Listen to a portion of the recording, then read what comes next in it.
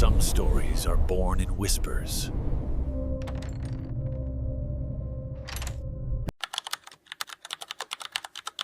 What's up, horror lovers? Welcome back to my channel. Before we dive into today's absolutely terrifying story, make sure you smash that subscribe button and hit that notification bell because trust me, the stories I've got coming your way will seriously mess with your head. So guys, lately I've been getting a lot of stories that seem completely unbelievable. Like, I'm listening to them and I'm thinking, does this stuff actually exist? Is this person just making things up to tell me a good story? You guys have probably felt the same way about some of my stories. Like, nah, Alex, this one sounds a little too fictional. But to be honest with you, we never create stories from scratch. We only tell stories that our subscribers genuinely share with us.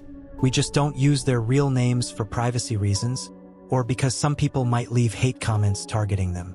But all the stories are real. Take today, for example. This morning I came into the office and heard this story from Colorado. It happened to two couples. And this story seems absolutely unbelievable to me.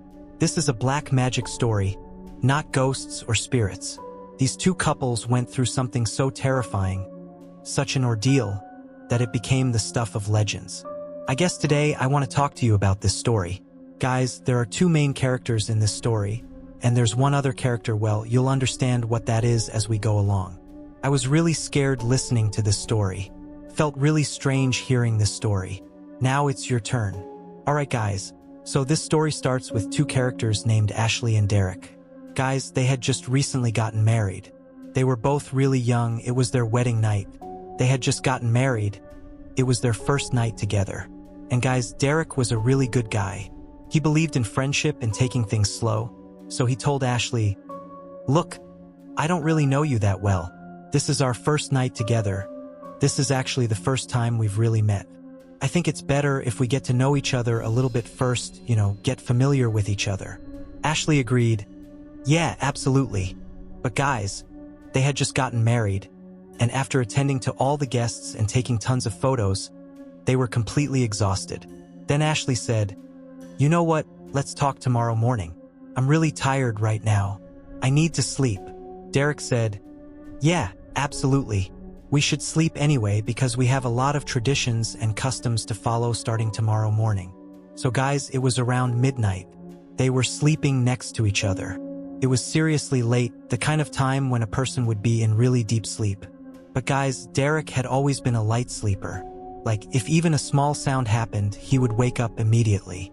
And guys, around midnight, he started feeling like maybe there was someone around who was mumbling, talking about something. He looked around, nobody was there. Just Ashley, his wife, sleeping next to him. Okay, so he went back into deep sleep. But again, he started hearing those voices. And now he was feeling really weird because there's nobody around, but still these voices are coming to me. Then he looked around again, and this time he realized that these voices were actually coming from Ashley. That was very surprising, but also he thought maybe it's not that surprising because people might have a habit of talking in their sleep, and Ashley might have that habit of talking in her sleep. Then he tried to gently shake her to wake her up, but she still didn't stop.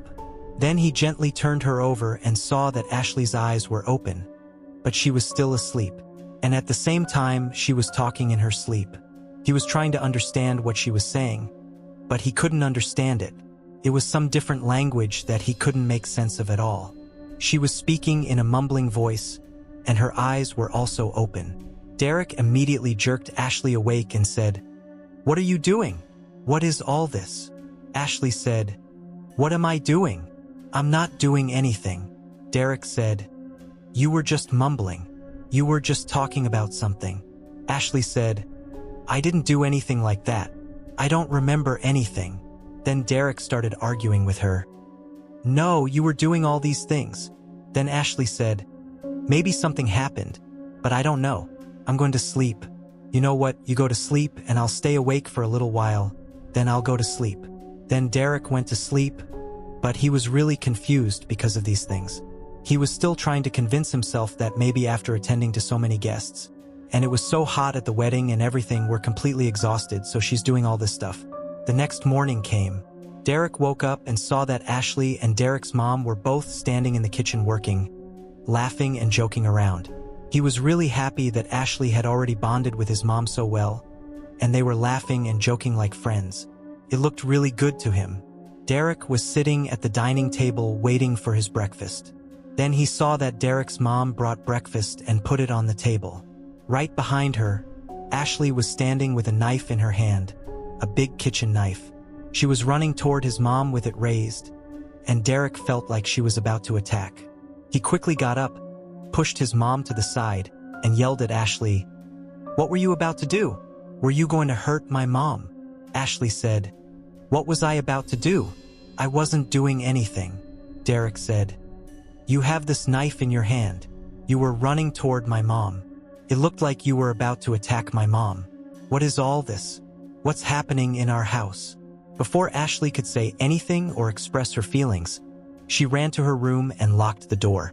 "Guys," Derek immediately called Ashley's father and told him, "All these things were happening.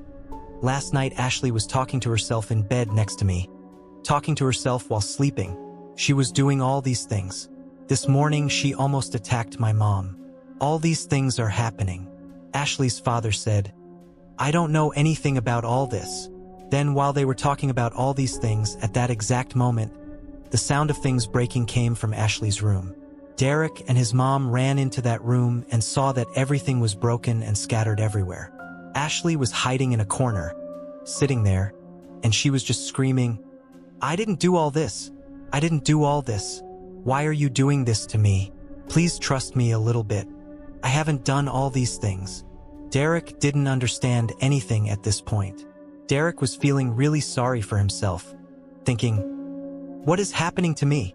Just one day ago I got married to this girl. One night ago she starts talking to herself. The very next morning she attacks my mom. Now all this." The entire decision was in Derek's hands about what to do. He said, "Mom, you know what, go stay at my other house. Until Ashley gets better, I'll stay right next to her. I'll stay with her. I'll take care of her. You just leave here for a few days."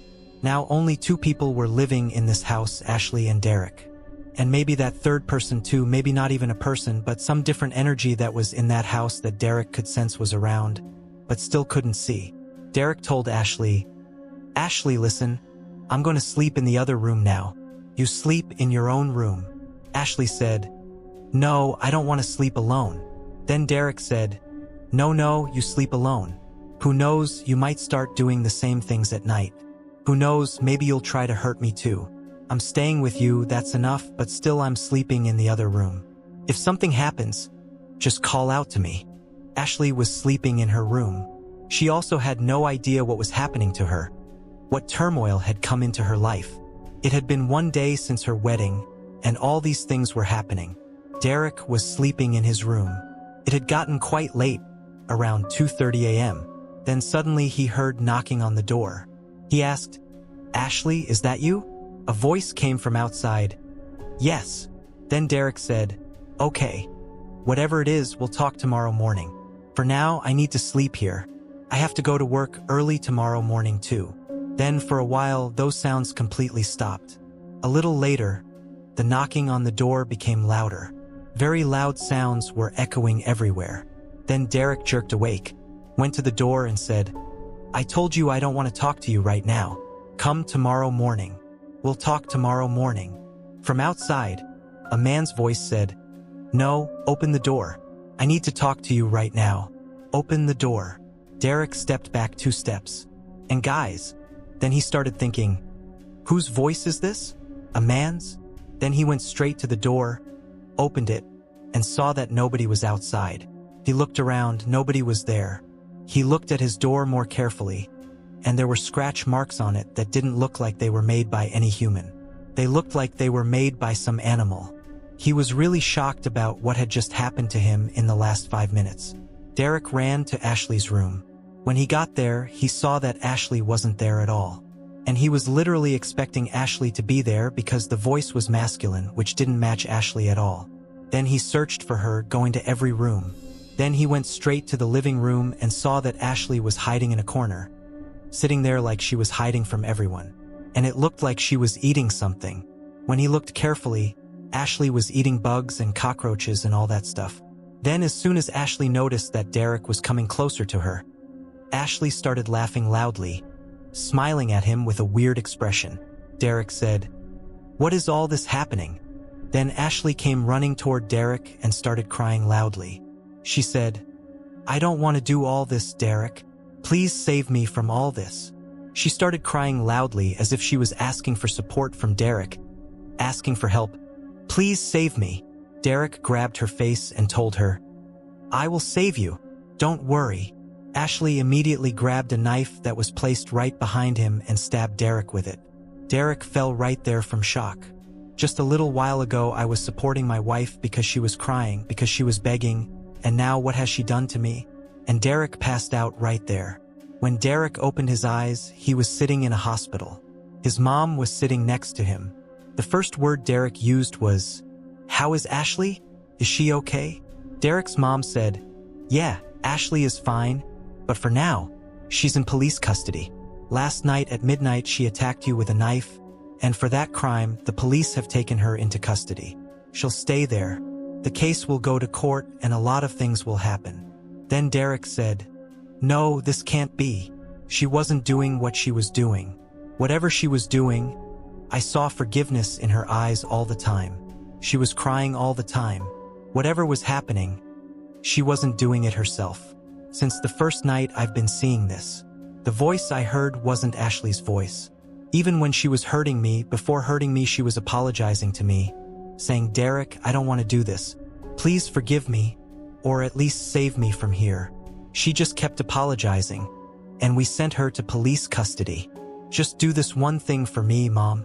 Quickly call Ashley's father and get Ashley out of police custody before that. We need to save her." Ashley's father came to the hospital to see Derek. As soon as he saw him, he started crying. Before Derek could say anything, Ashley's father said, "Son, Ashley didn't do all this." Derek said, "Yes, I know Ashley didn't do all this. I was there when all these things were happening, and all these actions didn't seem like Ashley's. Did these things happen before too?" Then Ashley's father said, "No, these things never happened before. Not at all. But I have one thing to tell you.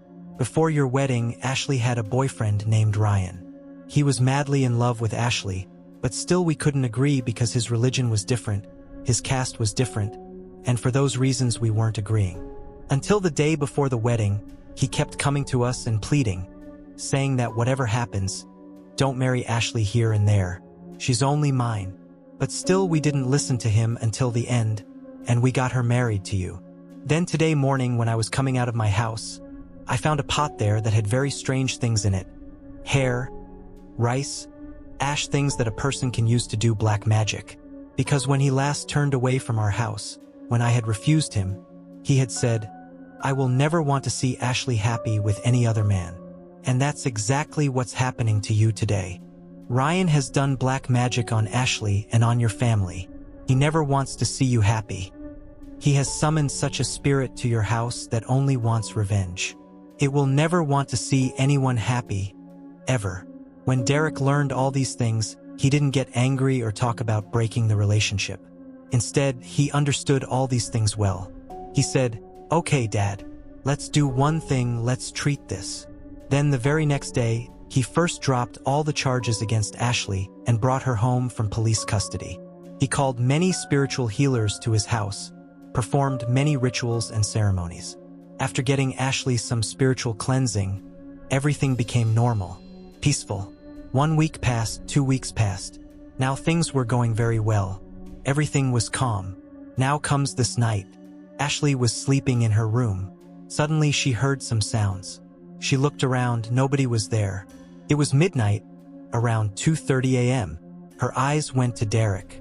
Derek was saying something in his sleep, something in a different language that Ashley couldn't understand. Derek's eyes were open, and this was the same masculine voice that Ashley had been producing during the black magic. The effect of black magic never goes away until that person dies. This destination is always the same. This goal is always the same, and that is the death of that couple. What happened after that, I don't know. I didn't get any more information after that. My subscriber never told me anything more. He just said that the couple is still living in the middle of this black magic today. They're still surrounded by all this, in trouble. Nobody can help them because this black magic is very dangerous. This spirit that wanders with them is very dangerous. So guys, this is just a mystery, a mysterious story. At the end of this video, I just want to tell you this. I never pray for anyone that even a glimpse of black magic comes into their life. Whoever black magic is done on, no matter what spiritual healer you go to, they never get completely better. Guys, this black magic isn't just done to destroy one person. Let's say I'm a person and I'm getting black magic done on someone else. After destroying that person, that thing, that entity will come back to me, and this time it won't listen to my commands. Now it will destroy me next. So black magic is such a thing that before doing it on someone else, you have to dig your own grave too. If they get destroyed, you will also have to be destroyed. But you can't escape from it from any angle. So I pray that this doesn't happen to you. And you also stay alert because jealousy can take a person to any level, whether it's your own friend or even your own life partner. Stay alert from these things. Thanks for watching, guys. I'll see you in the next video.